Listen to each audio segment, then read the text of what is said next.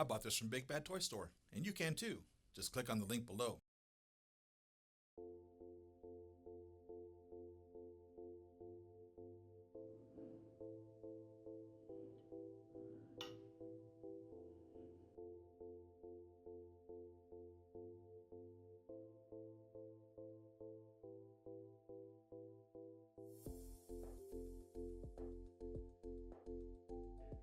Hey, what's up? Siri Emerald here, and this will be an unboxing video of the Hot Toys MMS 348 Iron Man 3 Mark 15 Sneaky Armor, sideshow number 902637. Let's get out of the box. So we got a box from the House Party Protocol, but the design is a little bit different.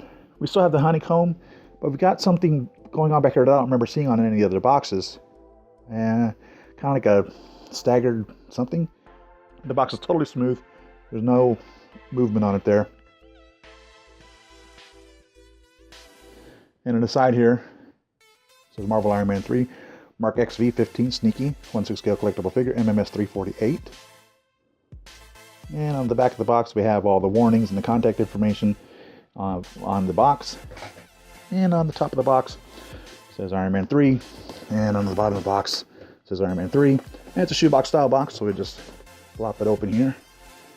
And here we have the names of the people responsible for this piece, as it says, the House Party Protocol, sir. And we have some images of the different figures here. And here we have names of the people responsible for this piece. And this just pulls off of here. And we pull our plastic out. Here's the inside of the boxes. And the outside of the box here. I am really excited about this piece. It's a unique piece. Mark 15 is. It's not used in any other pieces, and it uses, for the most part, no pieces from any other piece. So we have our normal dual packaging here, and on the bottom we have what we've come to expect with the majority of the House Party Protocol pieces of the giant round, well, it's a display stand, but it's in his workshop. In the workshop, this portion of it is what actually retracts into the Iron Legion storage area, and this portion of it is what would stay up in the garage section. So the center portion is what would retract down into that.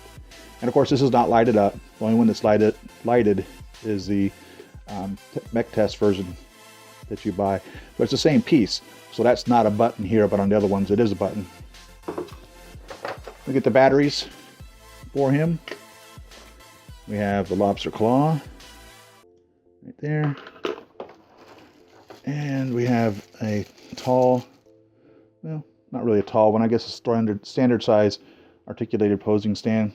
And these, they bend to whatever, so you can put the piece in different flight poses. And that just screws right into this right here. And the top of this just unscrews like such. And then you put your lobster claw on there. Now, with this being a unique piece, I definitely recommend reading the instruction manual.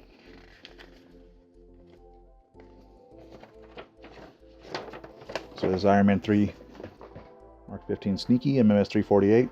Don't mix old new batteries, don't mix alkaline, standard, carbon, zinc, or rechargeable batteries. Installation and part assembly should be done by an adult.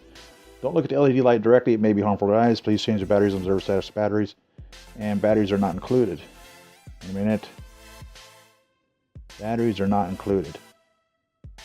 The batteries are included, so maybe this is a precursor to some things to come, that maybe the batteries won't be included in the future. But definitely these are the batteries, although right here, batteries are not included. Alright, so shows where the top of the batteries go inside the helmet. So a little bit different design, but it's still just going to pop off and you're going to put that in there. It says it uses the AG1s or LR621s, 3 of them inside of that. And it talks about, just like on the Mark 40 shotgun, about how the neck retracts down as you tilt the head up to give it more of a flight pose. And here it shows where the back of the battery is going to go. A little piece just pops off there. Kind of anticipated that. And then you'll unscrew the door and put the batteries inside. There again, 3 of the AG1 or LR621s. Shows how the LED light repulsors on the arms go. Now, so there's 2 different arms on this. The right arm and the left arm are designed differently. But for the most part, the concept is still the same as to how the batteries go into it and where the on-off switch is. On this one, they have extended shoulders, so the shoulders can come in and out. And that's not on all of the Iron Man figures, on a good bit of them, but not all of them. And so not only do the shoulders extend, but also the elbows extend, which will give you more range of motion, and the feet extend to give you more ability to pivot the feet for posing positions. Shows here that the waist extends in 2 places, evidently, from the bottom and on the top, to allow greater movement. And shows that the hips will bend up out of the way so you can increase the legs, and that they move by 80 degrees.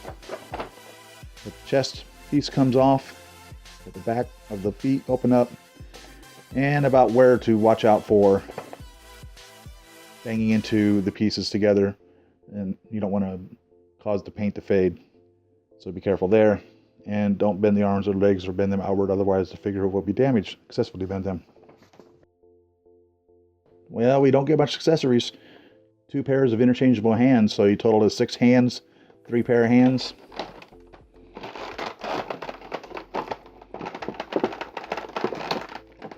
And the interesting thing I find about this is that Tony Stark wore this.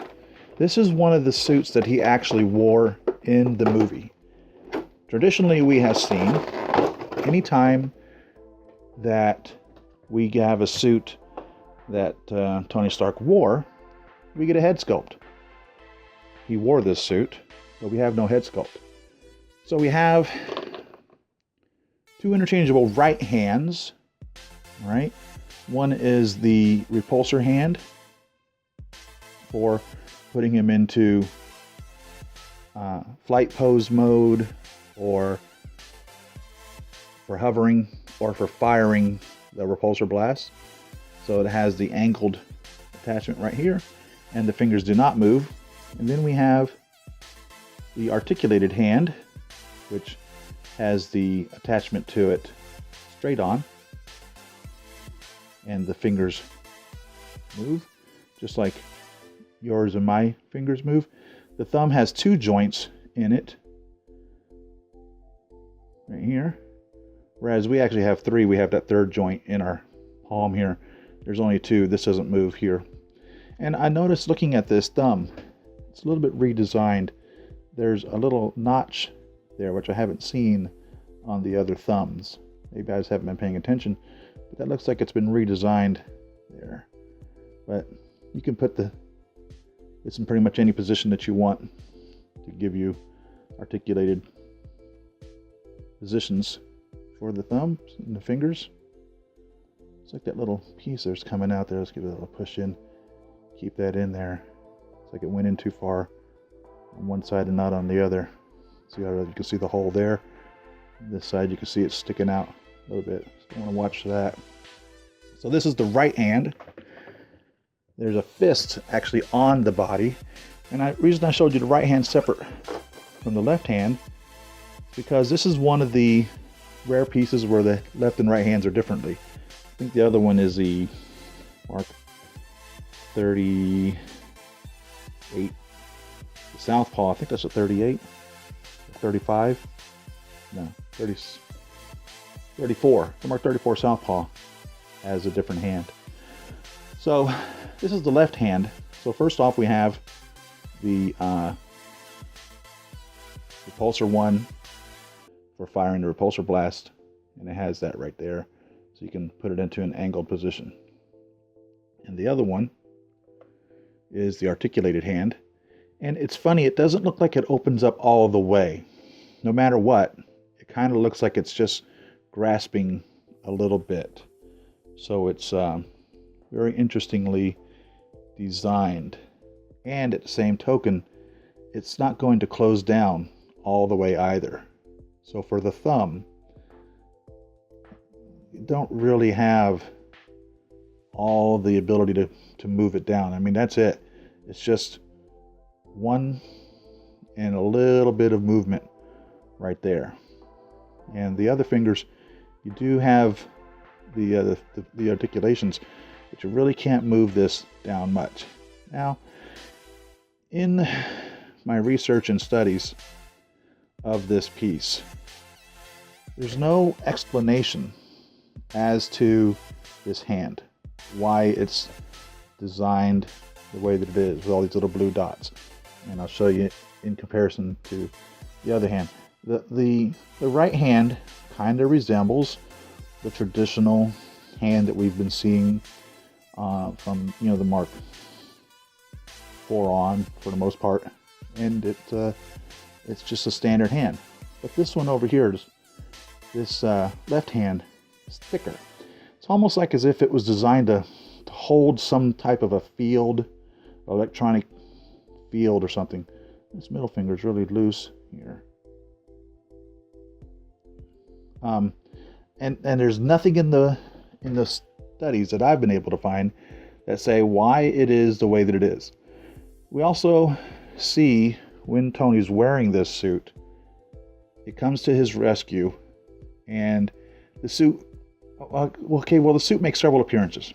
Its first appearance that it makes is when they all start lining up with the Mark 17 and the Mark 33, the Silver Centurion, the 39, the 27, the 35, and the 40. They're all lined up, and this is the last one on the far left that we see in that first line. And we see the left hand, but you really can't see it that well.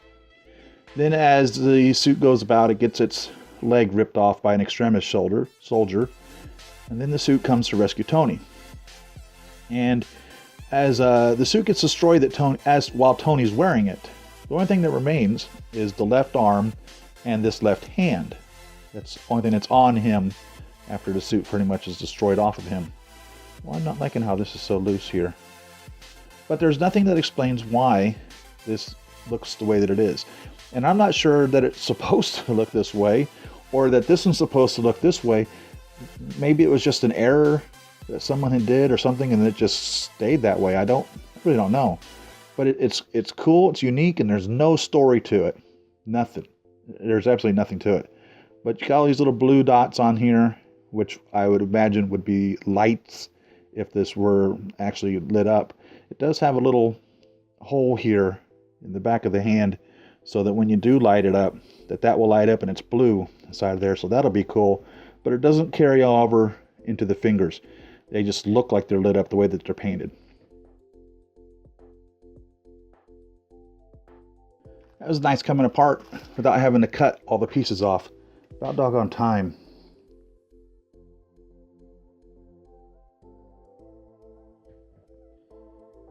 So he's a little battle damaged in regards to him being scuffed up and not in perfect condition. So that's pretty cool. And looking at him straight on, he looks properly proportioned. And when you turn him sideways, you start seeing the angles that make him a little bit differently sized than the others. His feet and his thighs and his chest. And even the head, shoulders, everything is just a little differently designed this way. So this piece was to represent a stealth, kind of like a stealth fighter that the United States has, the F-117 stealth fighter. Very angular, which is designed to reflect off the radar beams so it doesn't send back a beam exactly back to the radar dish to give you a true size of it. It's to make it smaller. And these are chromed, and you can see that. And in the movie, when he has when it flies up and the exhaust is coming out of the repulsor in the hand, it's shining on this. So that's supposed to be shiny, and it's definitely shiny. It looks very metal-y. And the whole process of this stealth technology that this one had was that it could lighten and darken these chrome metallic pieces, is what they described them as, for that purpose. Right here we have a little micro print that says caution. It says Mark 15 there. Some micro printing right here. VL28. Some micro printing all over this piece. There's little micro printing everywhere. IM3 GW Mark 15. Mark 15 there. More scratches. Don't push, which is what they put on ailerons and rudders on the airplanes. So I imagine that then would be a rudder. And some micro printing there.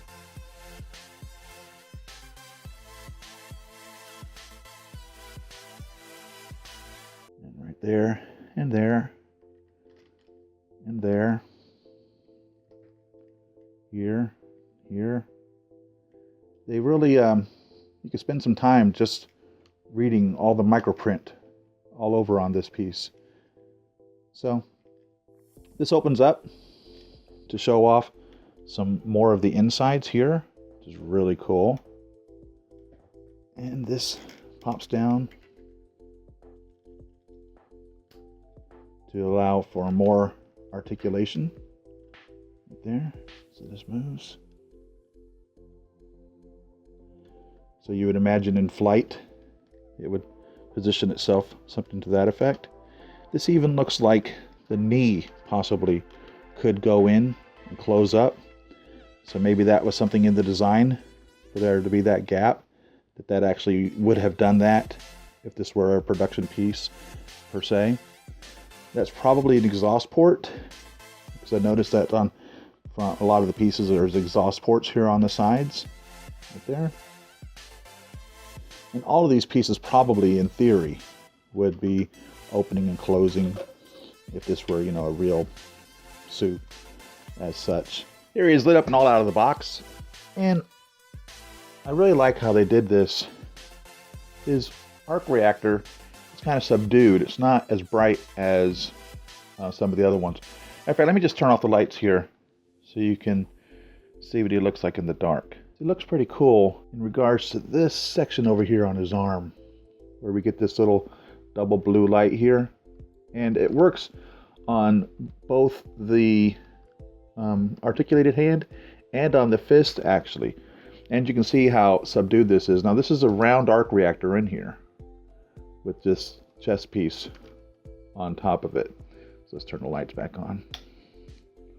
And even when you use this fist, you still get the effect of that blue light coming through the fist at the back of the fist.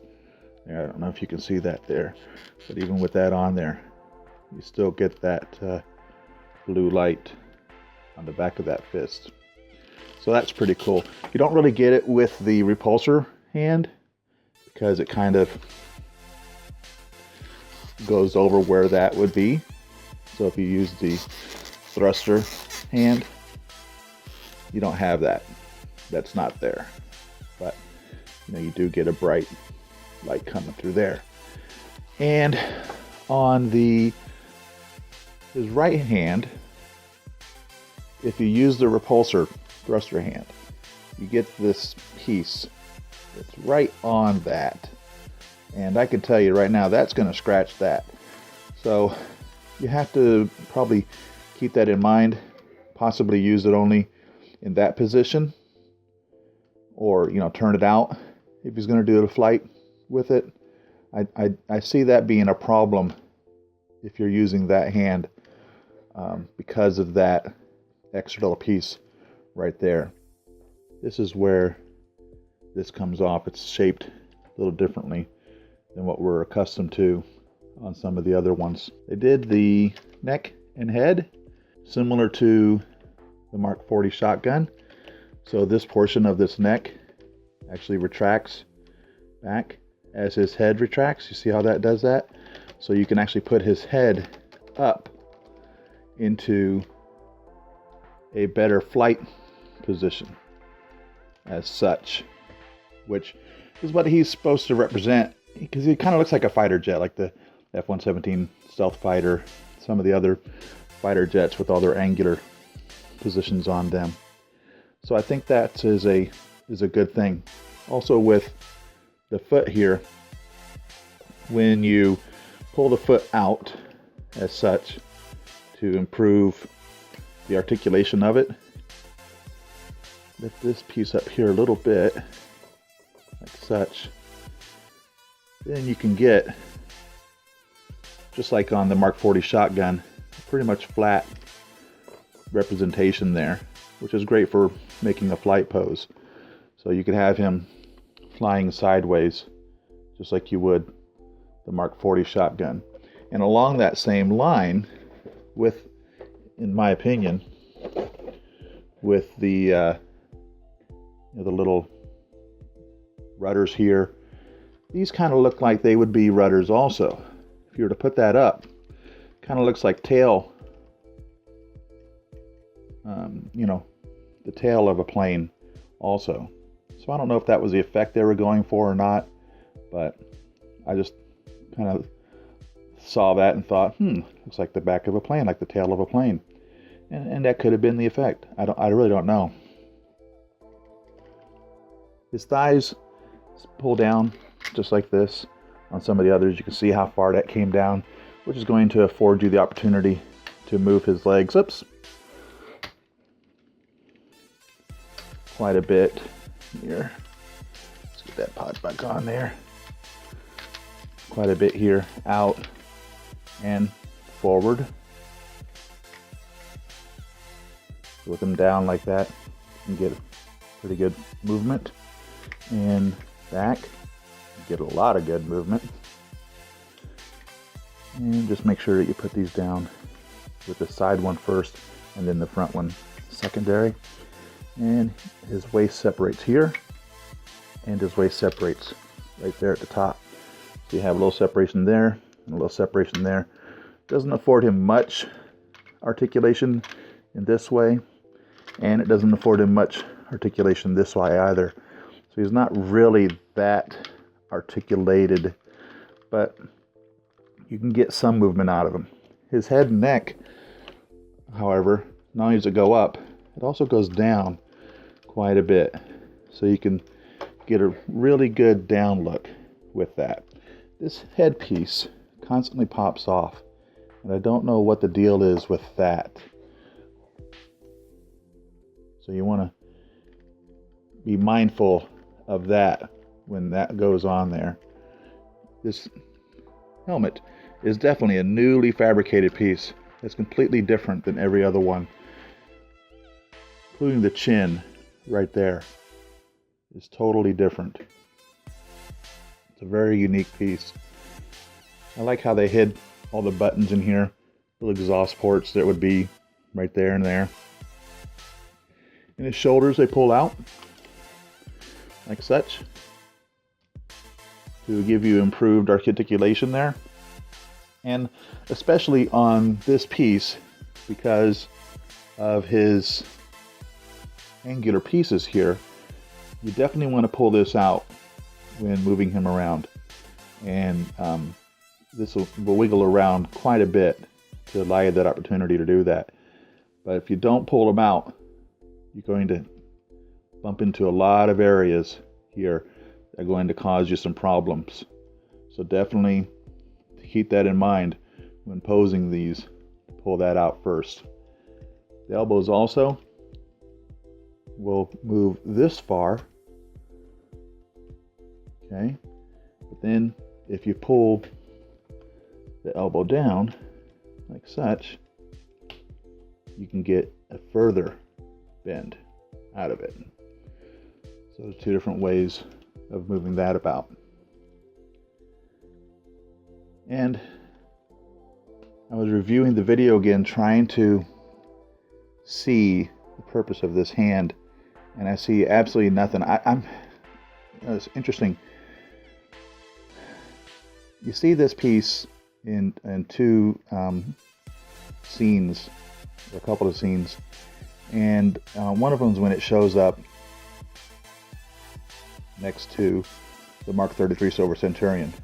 And I'm telling you, that image that I seen in the footage, this left arm has these vents in it right here, which I don't see here. I don't see those vents. All right, but it appears when towards the end of the movie, when this is the last suit that Tony wears when he's fighting Adrian, and it's really busted up. It's got its leg cut off. He only has one leg on it. I didn't see that on this arm then. It was really hard to see. But I also didn't see this hand. But I don't know what it was, and it's cool. I like how it is different like this, and it's a crying shame we have so many suits that we don't know. I mean, we know very little about them. They really had an opportunity to tell a lot of stories. They could do side stories, kind of like what they're doing with the Star Wars franchise now, and they could make side stories for all of these additional suits if they wanted to. I think that would be something to consider. A moneymaker thing to do. I don't know. But it's a crying shame for them to have these beautiful suits and to have no real story to them. It's ridiculous in my opinion. So this leg here has 3 joints in it at the knee. You have the one there, and then the second one kicks in right there and starts bending up, and then the third one up in the thigh bends up the rest of the way to give you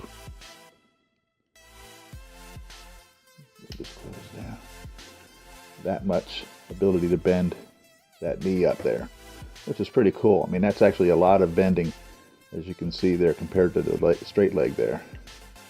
1, 2, and 3 different joints. And as I was showing you, this will pivot left to right, forward and back, and the little toe cover slides up and down as well. And the toe also is articulated as such.